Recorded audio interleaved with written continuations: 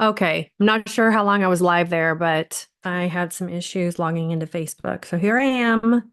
Welcome to Tuesday with the Heart Girls. Today you have me.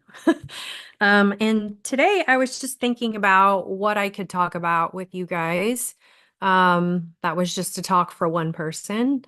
And I really felt like, well, I've had a lot of things going on in the world lately. And I just thought I would share really just my heart, like just a conversation, from me to you. Would love it if you talk back. So if you're on watching me, then it would be awesome if just send me a message and I will pull it up and try to multitask. We'll see how this goes. Because I really do wish that we could have a conversation um, just about the way that we're feeling, the things that are going on. Like life right now. So, unless you've been living under a rock, you understand that we've had quite a bit of tragedy that hit our country, the United States, last week. It started early in the week. I think it was Monday with a young lady getting murdered on mass transit, so public transportation. She was on like a light rail. And then a few days later, there was an assassination where a gunman murdered Charlie Kirk, who is a well-known in some arenas conservative speaker. He goes around, some call him a political activist. I'm tired of political stuff. So even if he was, I just choose not to use that. But he, went around on college campuses and did kind of debates with people about his beliefs and their beliefs. And I didn't know a lot about, I mean, I knew about Charlie Kirk, but I didn't listen to a lot of him. So when people came with all these different opinions, I stepped away from it. But I will say that um, what was really, really sad to me, even, it's very sad that these two people lost their lives and they were both murdered. It was both shocking.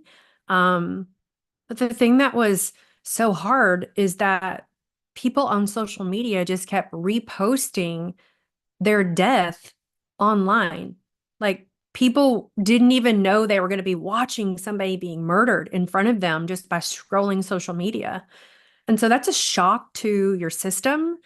It feels like it took away our right for privacy on what we choose to look at, what we choose to view, what we choose to let into our spirit and our heart.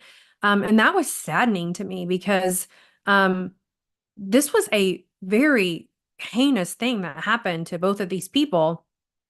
And then we were like forced to watch it in some way. And it was on for several days, both of them.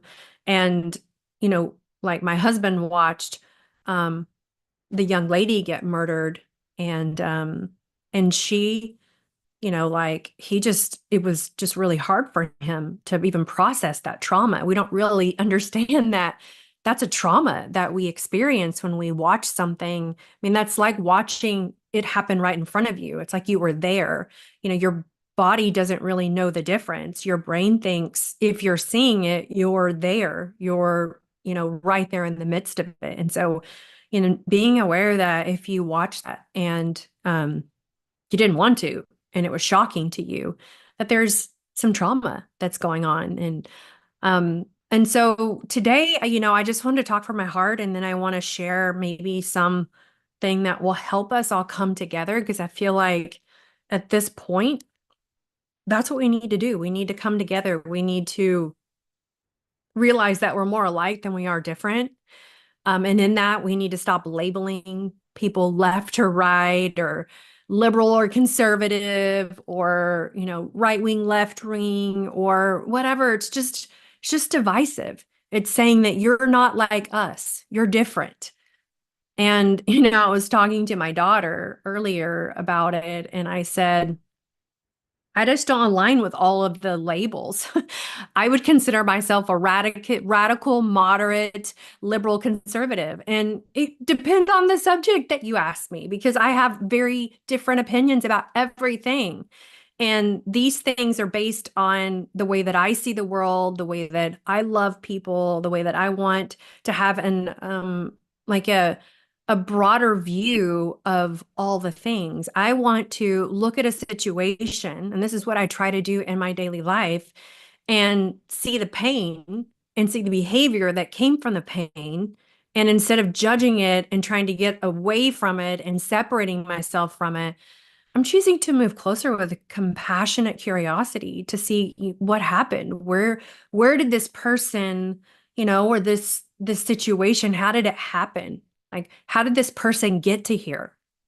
Because believe it or not, it's up to you, but I don't believe that people are born evil. I don't believe that people are born with defects. I think that people are born beautiful, and um, trauma hits us in so many different ways. And when we have pain, some of us had situations where we had tremendous pain, but we had someone to walk through it with us. So we didn't feel alone and we didn't have to deal with it all by ourselves. And that probably made it to where you were able to process through that pain and find positive, or, you know, um, like a way to look at that without it being something that depletes you or labeled you in some way. But there's a lot of us that walk through pain alone. And because of that, we came up with our own like understanding of why that was there. We rationalized and made sense of it in our own way. And if that happened when you were younger and you didn't really have a good worldview, then, it would probably you just stuffed it and you got as far away from it as you could. And so this last week, and even things that are happening this week, I mean, my daughter shared with me something about two men were lynched. They were hung in Mississippi, and they don't really understand it happened in two different cities. But this is the kind of stuff that makes us scared. It makes us run away. It makes us want to, you know, put our head in the sand and never leave our house. And to be honest, I felt that way when I first heard about, like, because I'd heard about the one incident early in the week, and then the second one happened while I was actually getting my hair done. And it was just shocking that this is our world. And this is what we have to deal with. For a moment, I questioned if I felt safe having opinions. But luckily, I have had some healing, and I, moved past that. I allowed myself to feel scared. I allowed that fear to be there. I allowed myself to question whether the world is safe or it was safe to have opinions. But then I came to an understanding that if I, allow fear to win, then that's the place that I'm going to live in. I'm going to live in fear for the rest of my life. And I don't want to do that. I've lived in fear before. I've lived in pain, and I don't want to be stuck there anymore. But the fear and the pain are real. And so I don't want to dismiss it as if it's not important, it's not valid. It's totally valid. Um, and so I just want to do my part to make the world a better place. That's what I came to realize. I came to understand. I came back to that I want to be a person that changes the world for the better, that leads it into a place of love and appreciation and gratitude and connection. And so I thought I would share my heart today and maybe even help, whoever listens to me or listens to this broadcast to begin to heal. And at the same time, be kinder and more present humans. And I think that's the bottom line is we can let tragedies, things that bring up pain in our life, um, take us back into that um, being self-absorbed, not being able to see the world in a different light. But, you have a choice. And that's the thing that I want to say is like everybody has a choice. You have a choice to step on and into what everybody else is saying in that moment. Maybe they're being negative, or maybe they're talking negatively about a person. And yeah, there can be negative things. I mean, you can find negative things about everybody. You could talk negatively about me for days. Like you could. There's just enough there. But you could also talk positively about me for days because there's enough there. And I choose to stay on, that space. I choose to live my life in a place where I'm going to see it from the view of Jesus. I'm going to ask myself, like, Jesus, how do you see this? And I can tell you 100% without any doubt, like, Jesus is not okay with people being murdered. He's not okay with people not having a choice. He's not okay with hate. And so I just want to talk today about some ways that we can get ourselves back into spaces where we are letting our brain change for the better. Because when we get stuck in these loops of watching the pundits on the left or right, um, and I label them because that's exactly what they've chosen to step into, but hopefully you're not choosing to align with a left or right paradigm. It's too claustrophobic. It's too isolating. Like, there's no way you can agree with 100% what one person or a group of people are saying. Like, have your own opinions, step out of the box and allow yourself to be open-minded with love and curiosity and compassion, instead of having a shut down, a closed off, needing to protect yourself and needing to defend some type of ideology. When Jesus didn't come to teach you an ideology, he came to teach you a relationship. He came to teach you about love and about connection and about community. And so I wanted to talk today about some scriptures that really are near and dear to my heart, because what they do is they show us how to, change our brain, how to change those neural pathways, how to stay in a place of peace and objectiveness where you're not being caught up with the conversations because it sounds right. Every conversation that started or every argument that's talked about, the first person always seems right until the second person comes and shares their side. I'm just asking you to be open-minded and to allow your heart and mind and brain to begin to step into a place where, for one, gratitude is the number one view you look through. And one of the scriptures that I've always loved is 1 Thessalonians 5:16-18. Rejoice always, pray continually. And that's not like praying like this and saying, oh God, and being in like deep conversation. It is opening your heart to have a conversation throughout your day. Pray continually, be in that space of gratitude and love and connection with the God who created you, giving thanks in all circumstances, not for everything, but in all things, there's something to be thankful for. I think about people that are dealing with some of the most horrific things, and like, they're in continual war, they don't have enough food, they don't have health care. There's people in the Middle East that are dealing with major atrocities. I think of people in Africa who are just poverty, like, you've just never seen poverty like this. They live in almost like thatch huts, like no electricity, no water. They walk for miles to get the things that they need. They don't have vehicles in some of these remote places. And I think about those people, you see that they still can rejoice. They still stay connected to the God of their understanding and giving thanks in all circumstances. And, and I'm asking, like, for us to step into a place of wanting to be more grateful, to step into a place where we understand that gratitude literally changes your brain, that it is the easiest way to step into a place where you can change your brain for the better. It boosts serotonin and dopamine. So if you feel like you're in a depressive state, I know it seems counterintuitive to be grateful or to step into gratitude, but I'm telling you, it is the best medicine, because it does give you your feel-good chemicals. And it's something that you need to do regularly. You can't just like do it one time and then next week do it one time. It needs to be practiced regularly. I would say every day, practice gratitude so that it strengthens positive neural pathways. It changes your brain. It's molding your brain into a more joyous, seeing things from a positive experience, and allowing yourself to really step into that feel-good space. Studies show people who keep a gratitude journal sleep better. Now, I don't know about you, but I would think that sleeping better would be the number one thing people need today because so many people struggle with sleep. And not having enough sleep is so bad for your health. It also causes you to stress less and you're more resilient. And who doesn't need to be more resilient today in the stuff that's hitting us left and right? I can't promise you that the world is going to be any better tomorrow.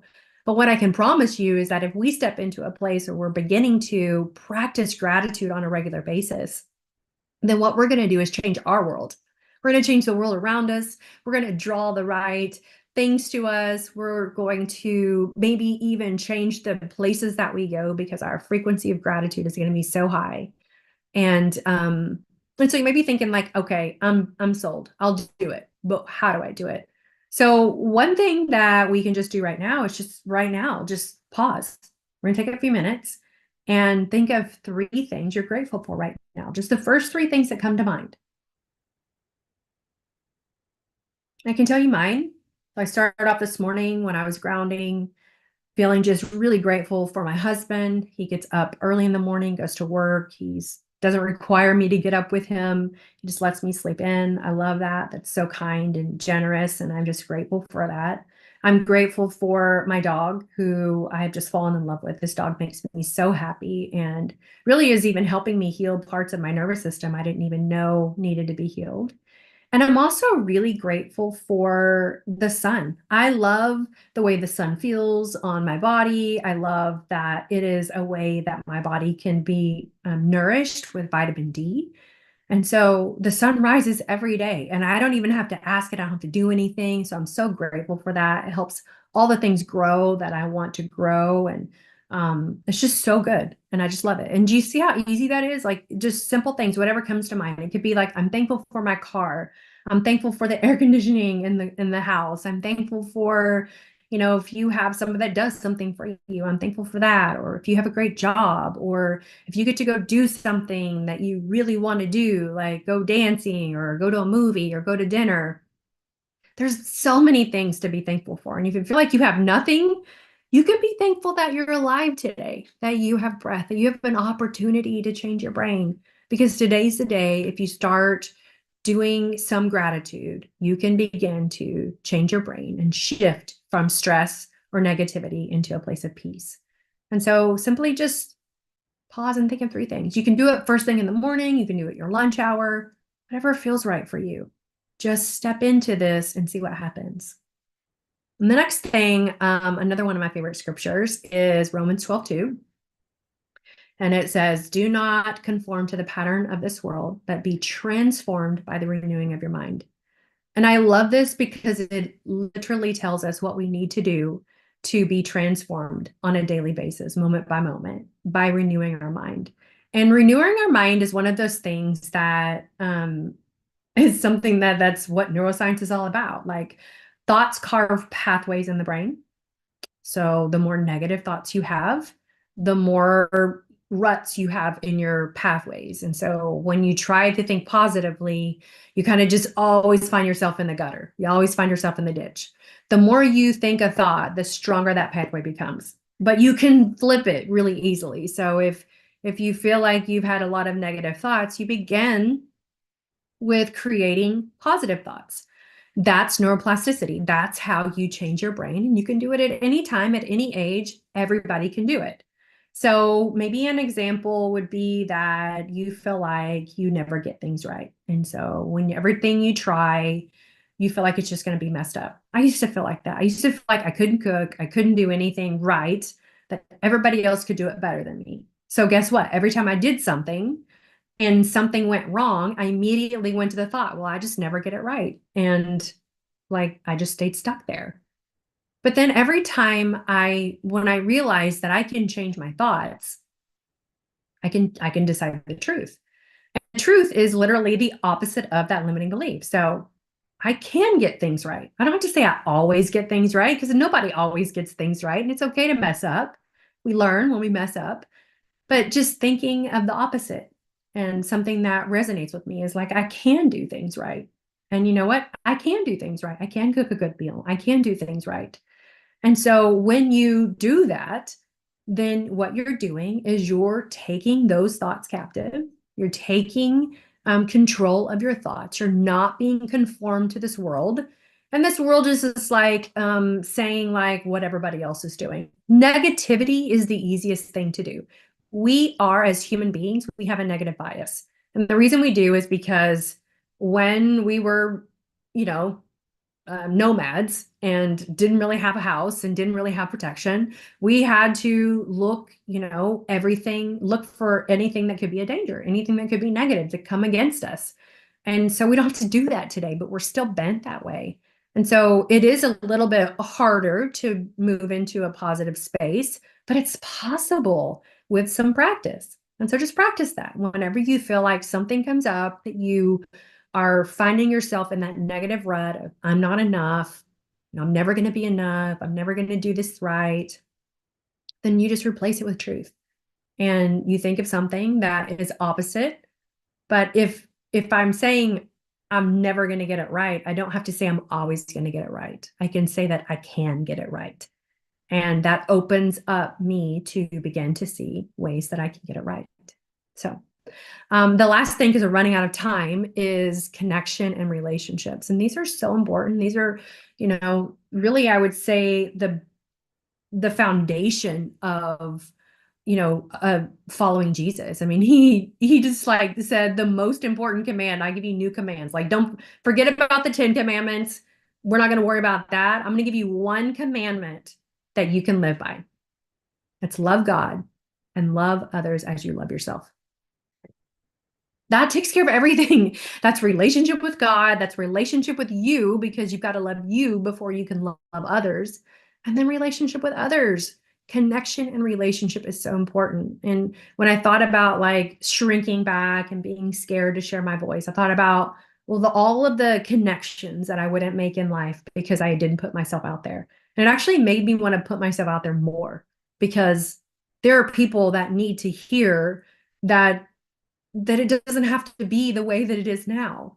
And so the scripture is Galatians 6:2, carry each other's burdens, and in this way you will fulfill the law of Christ. And that's the truth.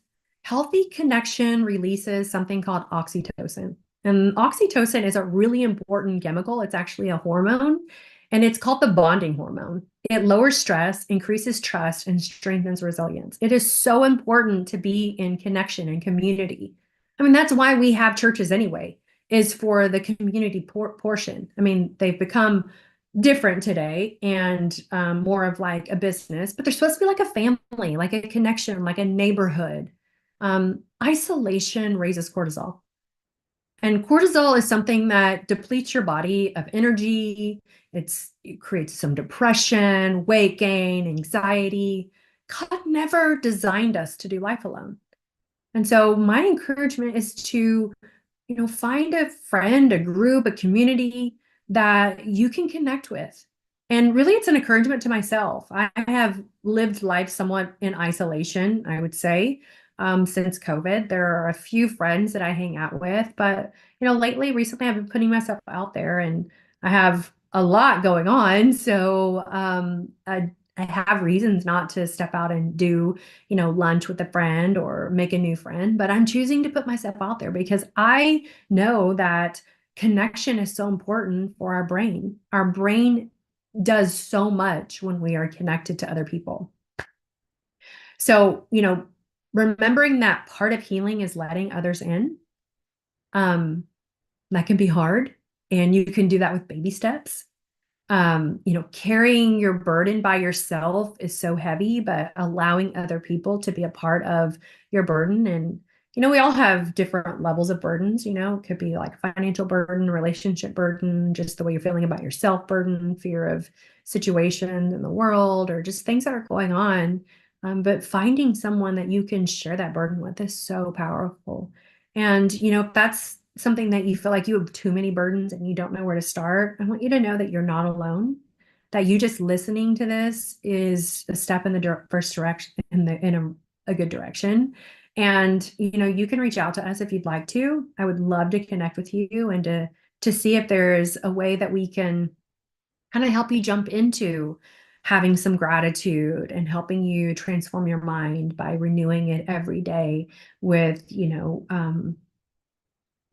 but with beliefs, like getting those limiting beliefs out and allowing your heart to be open to just new things.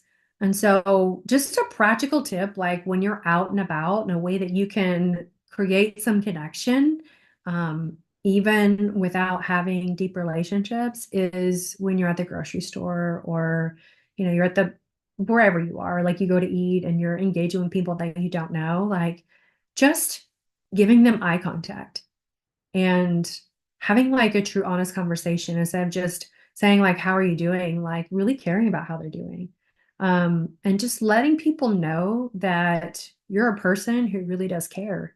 That shifts so much. Just saying hello to people and a smile, you could be shifting their whole day and creating some oxytocin in both of you, and it also help you shift your emotional state. So I'm running out of time, but just want you to take this talk wherever you want, put it wherever you want, let it mean whatever you want.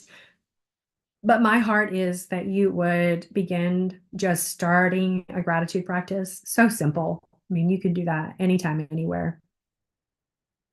And then really allowing yourself to become aware of those limiting beliefs. Start with one right now, just one limiting belief that you feel like you have. Like it could be really broad, and really begin to change that belief by changing the story you tell yourself. Instead of I'm not good enough, or I never do anything right, by switching that to I am chosen. I am good enough for the things that I want in the life that I want to live. And then reach out for authentic connection this week. Like find somebody you can have coffee with, lunch with, give a call. Like just find ways that you can connect. And I just want to leave you with this blessing and a little prayer. I just want to thank you for being here and listening to this. And I just want to thank God for designing our minds and bodies with such wisdom. We each have so much divine wisdom within us. And I believe that we have the power to renew our thoughts. So I just ask that you would be filled with gratitude this week, that you would be surrounded by connection, and that you would have rest, that you would allow yourself to rest and really live from a place of God's peace. I love you all. I hope that you have a fabulous week. And if this feels like, feel like this blessed you, then share it with a friend and maybe it'll bless them too. Awesome. Thanks. Have an awesome